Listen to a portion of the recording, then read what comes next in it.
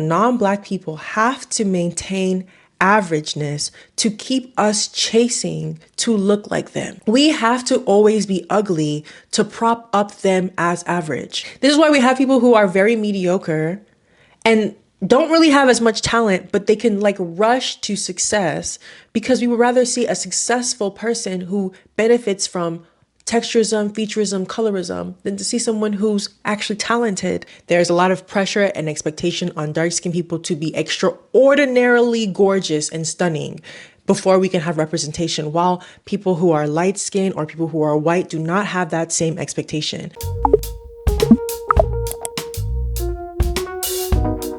Sometimes it don't make no sense. Does it really have to? There is nothing I can say. Hi, welcome to Mayowa's World. Hi, y'all. Welcome to Mayowa's World.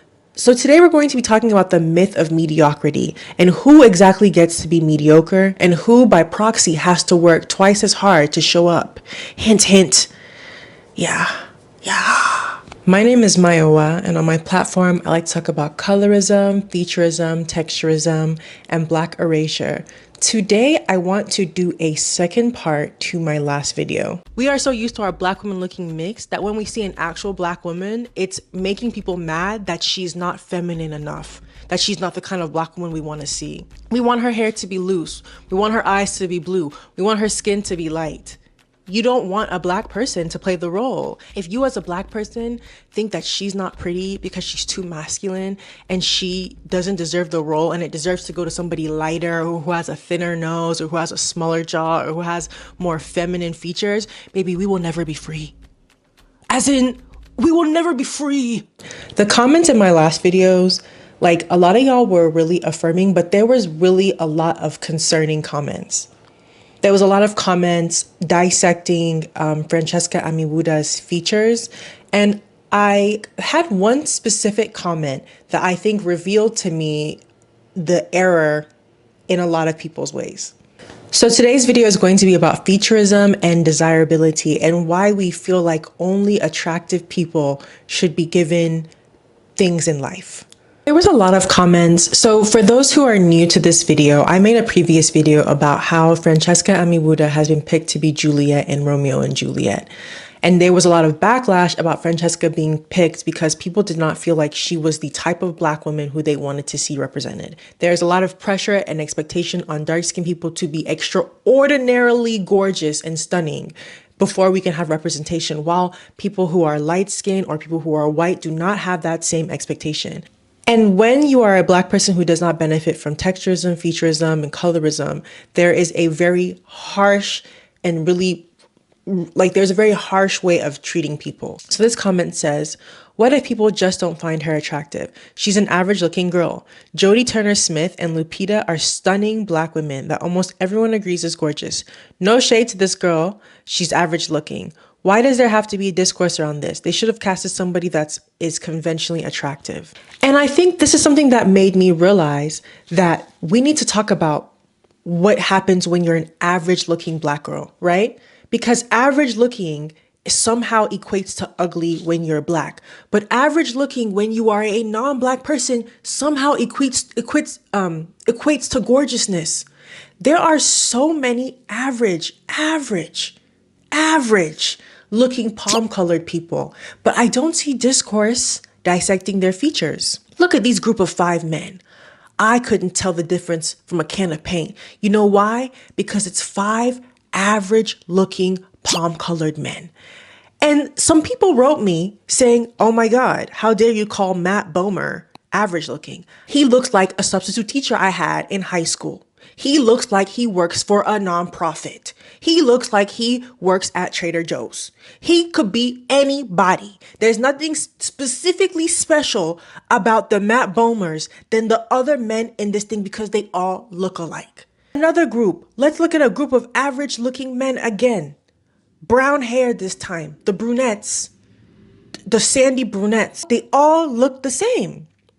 They all look like the kind of person that maybe you're driving on the highway and they kind of cut you off, and then you make eye contact and they're not looking at you and they're looking straight ahead, and you're like, upset that they almost cut you off and they're just looking straight. Just like I'm talking about the regular guy you're going to see at Kroger. And if we want to get to the women, here's a group of women.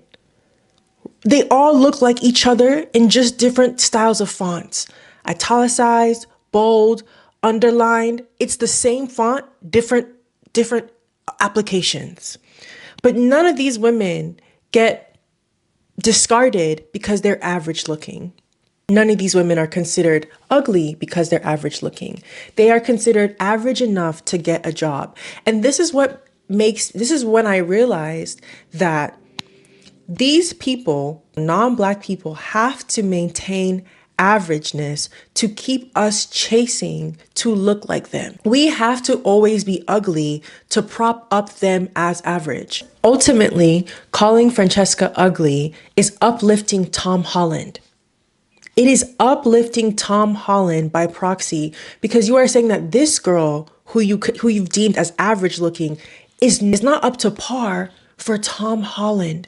I don't see anyone talking about how his nose is not masculine enough and his jawline should be more feminine and his lips should be visible and big. I don't see anyone coming for the size of his lips or the size of his forehead or how his hairline looks or how he needs to do more. A lot of people were upset that Francesca doesn't wear makeup in a lot of her images. And I find that to be ironic because there are so many people who love to big up natural beauty Black women. There's so much of telling Black women to embrace yourself. Why do you guys like to do makeup that makes you look like someone who we can't recognize? We want to see your natural beauty. So when someone isn't wearing makeup, you're calling her below average. You're saying that she's not attractive because she's a natural looking Black girl. She looks unambiguously Black. She looks like she could be from every single Black country in the world. I hate that this discussion has gotten into trying to dissect someone's features to prove that they're attractive, because at the end of the day, people are deserving of resources even if they're unattractive. And that is the really base value, is that I find it strange that you would rather have an actress who can't act or who isn't as qualified, as long as they're attractive, versus someone who actually has talent.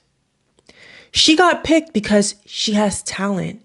And instead of you guys rewarding someone for having talent, for actually putting themselves and pushing themselves, their internal selves, to be the best actress you can, instead, you're upset that she doesn't look the way you want her to look. And this is why we have people like Ice Spices. This is why we have people who are very mediocre and don't really have as much talent, but they can rush to success, because we would rather see a successful person who benefits from texturism, featurism, colorism than to see someone who's actually talented. And this is why I don't like when things are flattened into pretty privilege. Pretty privilege is really flattening, because pretty privilege usually comes down to three things: colorism, featurism, texturism. The reason that these palm-colored people are called pretty is because whiteness is considered a form of prettiness. Even if there's nothing else on the table, the fact that they're simply white shows that they are more deserving and prettier. Yeah, the farther you move from that, the uglier you are going to be considered. And the harder you're going to have to work, the more you're going to have to do things to make yourself exceptional, because when you are not white, you are considered ugly. So there's not such thing as pretty privilege. I feel like pretty privilege is flattening things, and it makes people feel good, I'm just pretty. No, babe, you're usually going to be benefiting from one of three or all of the three or something. There was a comment that made me laugh where someone said, "This is the society that gave us Benedict Cumberbatch as a sex symbol." Benedict Cumberbatch as a sex symbol. Did anyone say, why does he look like a fish? No. Did anyone say, why does he kind of look always constipated? No. People considered him sexy. There was no discourse. It was never discourse when he was voted sexiest man. There was never discourse. And it's wild to me, because not only is there no discourse for Benedict Cumberbatch, even the fact that his name is Benedict, there's no discourse for it. But also, people were so comfortable to platform someone whose family is literally colonizers. Benedict Cumberbatch owes a lot, everything, to Barbados. allegedly. And that's why his last name carries a lot of weight. And a lot of people have that last name because they were enslaved by his family. So not only does he get to be a colonizer, he also gets to be considered one of the sexiest men alive. And y'all are like, and I'm living in the same society where I have to look at a man like this and be like, yeah, this is, I guess, I guess this is my sex symbol. But let me call someone like Francesca attractive. Let me be happy for somebody like Francesca, and people are upset. And this is why it's disingenuous, because you don't get mad when white people are rewarded for mediocrity. You don't get mad, but you get mad when a black person who is actually talented gets rewarded. And the fact that it's black people doing this is actually unreal, because we are self-burrowing on ourselves. And this is all related to the cookout conversation. People love to give passes. Oh, this person can do the Dougie. This person's coming to the cookout. Oh, this person can do a Zonto. This person's coming to the cookout. Why are we giving out tickets to people to come to the cookout who are mediocre? Who, when black people do it, there's not a reward for them. Meanwhile, we're talking about inviting Tom because he can do the Dougie. Meanwhile, we have Chantal who can't dance and feels excluded at a black cookout. We have so many black people who don't fit in the conventional way of blackness that don't feel comfortable to come to the cookout. Instead of us creating space for our own community that can't dance and doesn't know how to play spades and feels awkward, or has been in spaces where people who are, the awkward blacks, we don't have space for the awkward blacks.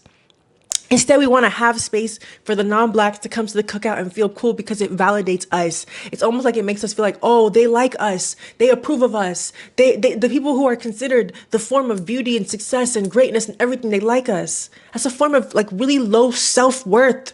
It's a form of really low self-worth. Like attacking your own people and uplifting others is really low self-worth. Attacking Francesca and being okay with Tom, it's low self-worth. You think that he's okay. And then it also falls into patriarchy. This is why it's called misogynoir, because it's many things at once. A man is not expected to put on makeup and to do all these things to be considered attractive. But you guys want to see all of that from a woman, from a black woman. You want her to try even harder. You want her to try even harder. And until a black woman can be completely mediocre, I'm talking about less than average, just do the bare minimum, and people are like excited just to see them show up, like, it's just really frustrating. It's really frustrating because we live in a world that really thinks Benedict Cumberbatch is a form of sexiness. But we have issues with Francesca. Anyway, so featurism is preferential treatment of Eurocentric standards of beauty. So smaller nose, thinner mouth, certain jawlines, certain cheekbones. And people keep bringing up Jodie Turner, and people keep bringing up Ryan Destiny. And mind you, they're not theater actresses either, right? Like, they're not trained in theater actressing or whatever. But like, you guys realize that, I know you're like, in your mind, you're like, oh, people who are not beautiful are not deserving of like softness and kindness. But also, this puts pressure on people who do benefit from these things to continue to use surgery to keep benefiting from these things. This form of like feeling like we cannot be off, we cannot be unattractive, we cannot be incredible is not going to be good for anyone. And that's why it's wild to me. Because so yeah, if you made it to the end, let me know what you like about my makeup look. I was really inspired by fire. I'm usually a water girl, but today I'm like, let me give a little bit of a fire look. It's simple, but it was fun. I've been really enjoying playing with my makeup. So yeah, thanks for watching. Have a great day. Bye.